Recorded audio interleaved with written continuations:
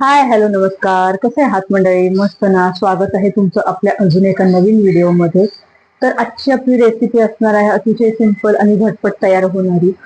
तर चला पटकन मी तुम्हाला रेसिपी पण दाखवते आणि कशी बनवणार आहे ते सुद्धा सांगते. तर चला आपण आहे ना आता रेसिपी बनवायला घेऊ. तर मंडळी आता सुरुवातीला आहे ना मी कांदे कट करून घेते, म्हणजे आपली भाजी आहे ना पटकन तयार होईल. कांदे कापलेले असले की कसं आपण कोणत्याही भाज्या पटकन बनवू शकतो. त्याची सगळ्यात पहिली स्टेप आहे तर ते कांदे कट करून घेणं. आणि आता आपल्या प्रत्येक भाजीमध्ये तुम्हाला तर माहितीच आहे कांदे हे असतातच.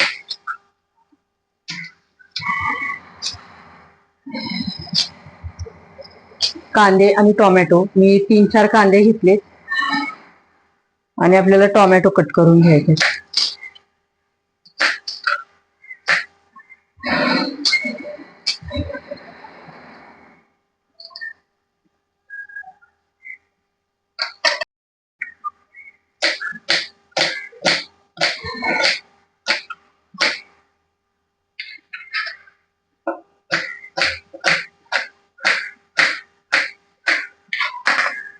इथे बघा आता तवा ठेवलाय मी तापायला आणि कांदा टोमॅटो आहे ना मी कट करून घेतलेला आहे. आज आपण हा मसाला वापरून बनवणार आहोत भाजी.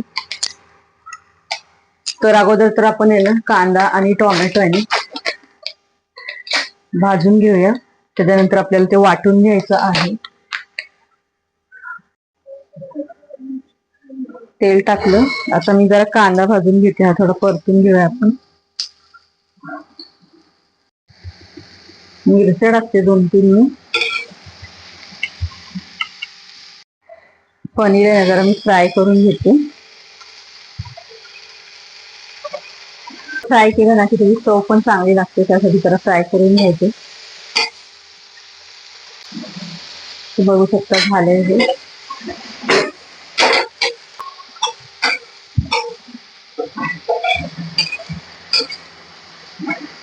आता हे वाटण आहे ना आपण वाटून घेऊया.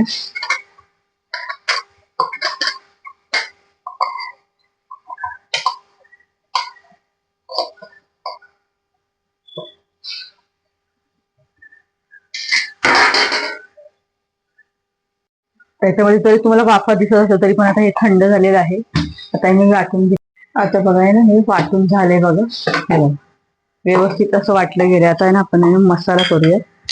तर हे बघा हे पॅकेट घेतलेलं आहे पनीर मटर मसाल्याचं. तर हे आता हे संपूर्ण पॅकेट लागेल, कारण हे ना छोटं पॅकेट आहे.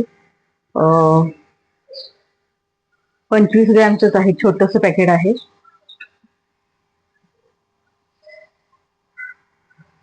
आता याच्यात आहे ना मी दूध टाकणार आहे.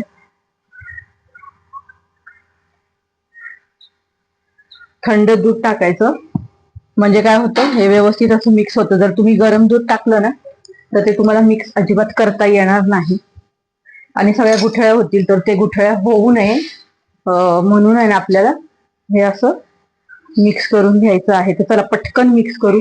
हे बनवायला घेऊया आपण. आता इथे पॅन ठेवलाय आणि तो वाटण पण आपलं झालेलं आहे, बघू शकता. इथं आपलं हे मसाला पण आपण मिक्स करून घेतलाय. पनीर पण झालेलं आहे. तर चला पटकन हे बनवायला घेऊ. पॅन ठेवला, आता तेल टाकूया. आता मी तेल टाकलं याच्यात.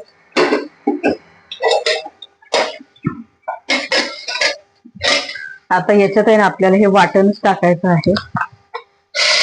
कांदा खोबऱ्याचं जे आपण वाटण करून घेतलं ना ते टाकायचं. व्यवस्थित असं आहे ना परतवून घ्यायचं आहे बरं का. हे परतवणं जास्त गरजेचं आहे व्यवस्थित असं, तरच त्याला चव येणार. कुठलंही वाटण आहे ना व्यवस्थित भाजलं तरच त्याची चव भाजीमध्ये उतरते. ही गोष्ट कायम लक्षात ठेवायची. आणि हे व्यवस्थित असं भाजून घ्यायचं बरं. आता याच्यात आहे ना आपल्याला जगभरातले मसाले टाकायचे आहेत. आणि आता हे जे आहेत हे मटार जे मी आता यूज करते ते फ्रोझन आहे, त्याच्यामुळे ते शिजवलेलेच असतात आणि ते लगेच मऊ पडतात. आता जर मी हे पाण्यात टाकले ना मटार तर लगेच ते मऊ होतील. त्याच्यामुळे आता शिजवायची गरज नाही. पण जर का तुम्ही फ्रेश मटण यूज करत असाल तर ते शिजवणं गरजेचं आहे. हे बघू शकता हे मटार आहेत ना लगेच मऊ पडतात, कारण हे शिजलेले असतात. त्याच्यामुळं शिजवून फ्रोझन केलेले असतात. तर मी फ्रोझनच मटार वापरते, म्हणजे लवकर होतील. आणि इथं बघा आता हे मसाल्याला बघा तेल कसं सुटलेलं आहे मस्त असं. याच्यात आहे ना आपण हा जो मसाला करून घेतला ना दुधातला तो टाकायचा. हा पण व्यवस्थित असा परतवून घ्यायचा आहे. आता याच्यात मसाले टाकून घ्यायचे जगभरातले. हळद, तिखट, थोडासा गरम मसाला टाकायचा, काश्मीरी मिरची पावडर टाकायचं, मीठ वगैरे हे सगळे मसाले जे आपण रोजच्या वापरातले असतात तेच वापरायचे. आणि याच्यामध्ये ना आपल्याला कसुरी मेथीचा वापर करायचा आहे. सगळ्यात महत्वाची गोष्ट ही आहे. कसुरी मेथीने काय होतं माहितीये का, भाजीला ना चव खूप छान येते आणि रंग पण खूप मस्त येतो. कोथिंबीर नाही टाकली तरीही चालेल, पण कसुरी मेथीचा वापर नक्की पनीरच्या भाजीमध्ये करायचा. खूप सुंदर टेस्टी येते. नक्की एकदा करून पहा जर का तुम्ही कधी यूज केलं नसेल तर. आता बघा मी मसाले टाकून घेते. तर मसाल्यांच्या मध्ये बघा काश्मीरी मिरची पावडर टाकली, गरम मसाला टाकला आणि हे घरचं लाल तिखट टाकलेलं आहे. आता आपण काय आहे ना मिरच्या पण टाकलेल्या आहेत त्याच्यामध्ये, त्याच्यामुळे जास्त टाकायचं नाही, तर जास्त स्पायसी होण्याची शक्यता असते. म्हणून मी एकच चमचा मसाला वापरलेला आहे. हळद टाकायची आपल्याला, म्हणजे आपली भाजी अशी व्यवस्थित अशी शिजत ठेवूया आपण. हळद टाकून घेते. हे बघा मी हळद टाकली. आता हे व्यवस्थित असं आहे ना शिजवून घ्यायचं. हे मसाले जे आहेत ना सगळे व्यवस्थित शिजवायचे आणि तेल सुटेपर्यंत वाट बघायची. तर आता हे जरा शिजवून घेऊया आपण. गॅसची फ्लेम थोडीशी कमी ठेवूया, म्हणजे मसाले व्यवस्थित शिजतील. नाही तर काय होतं ते अंगावर उडतात. तर शिजवून घेऊ आपण, कारण त्याच्यात आपल्याला पाणी सुद्धा ऍड करायचं आहे. आता पाणी पण जास्त टाकायचं नाहीये, जास्त पातळ पण करायची नाहीये. मिक्सरचं भांड मी विसळून घेणार आहे आणि तेच पाणीचं वापरणार, वेगळं असं पाणी नाही वापरणार, कारण मसाल्याची क्वांटिटी सुद्धा कमी आहे. त्याच्यामुळे आपण जास्त मसाले नाही वापरणार किंवा पाणी. तुम्हाला जसं मी सांगितलं, हे बघा हे मटार आहेत ना बघा लगेच असे मऊ पडतात, कारण हे ओले आहेत त्यासाठी.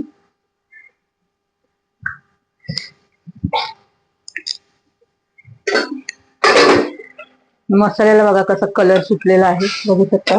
तरी सुद्धा अजून मला थोडे कच्चे वाटतात, पण थोडे अजून भाजून घेते. आपण आहे ना मसाले जरा उघडून बघूया. तर बघा आता झालेले आहेत बऱ्यापैकी. याच्यात आहे ना आता पाणी घालते मी. मिक्सरचं भांड विसळून घेतले आणि त्यावेळेस पाणी वापरलेलं, वेगळं असं पाणी कुठलंच घातलं नाही मी. 2 वाट्या म्हणू शकतो. हे जे वाटी आहे ना हे 2 वाट्याच पाणी मी टाकलेलं आहे याच्यात. आता यात आहे ना सुरुवातीला जरा हा मटार टाकून घेते मी, कारण पनीर काय ना लगेच शिजेल. आपण ते भाजून पण घेतलेलं आहे, तर त्याला वेळ लागणार नाही. आणि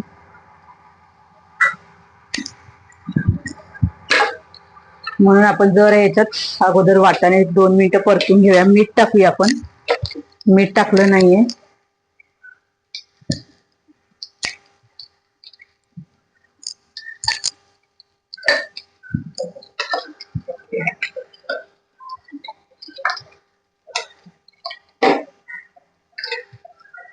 एक 2 मिनिटं परत जरा वाफ काढून घेऊया, म्हणजे पनीर आपण ऍड करूया. लगेच घाई करायची नाही पनीर टाकायची. पनीर काय लगेच शिजतं, आणि पनीर टाकलं की मग एक 2 मिनिटांनी लगेच गॅस पण बंद करायचं. जास्त शिजवत बसलं की ते सगळं मेल्ट होऊन जाईल किंवा सगळं मिक्स होईल भाजीमध्ये, तुटून जाईल. तर ते तुटू नये वगैरे त्यासाठी जास्त शिजवायचं नाही. आणि जास्त फ्राय पण करायचं नसतं, तेव्हा सुद्धा ते जास्त कडक असं होतं.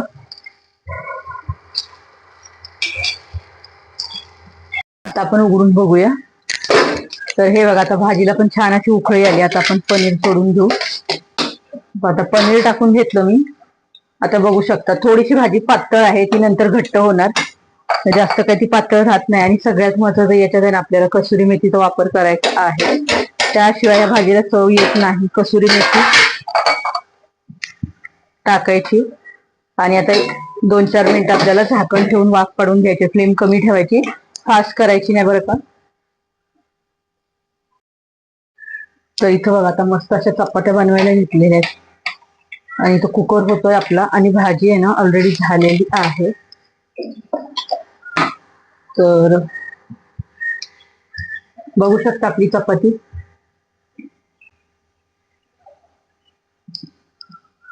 कशी टम्म फुगलेली आहे.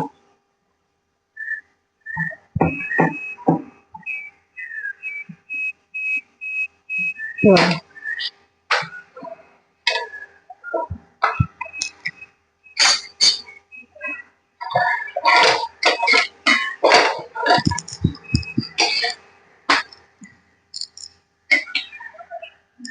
आता तुम्हाला दिसतंय की नाही काय माहित.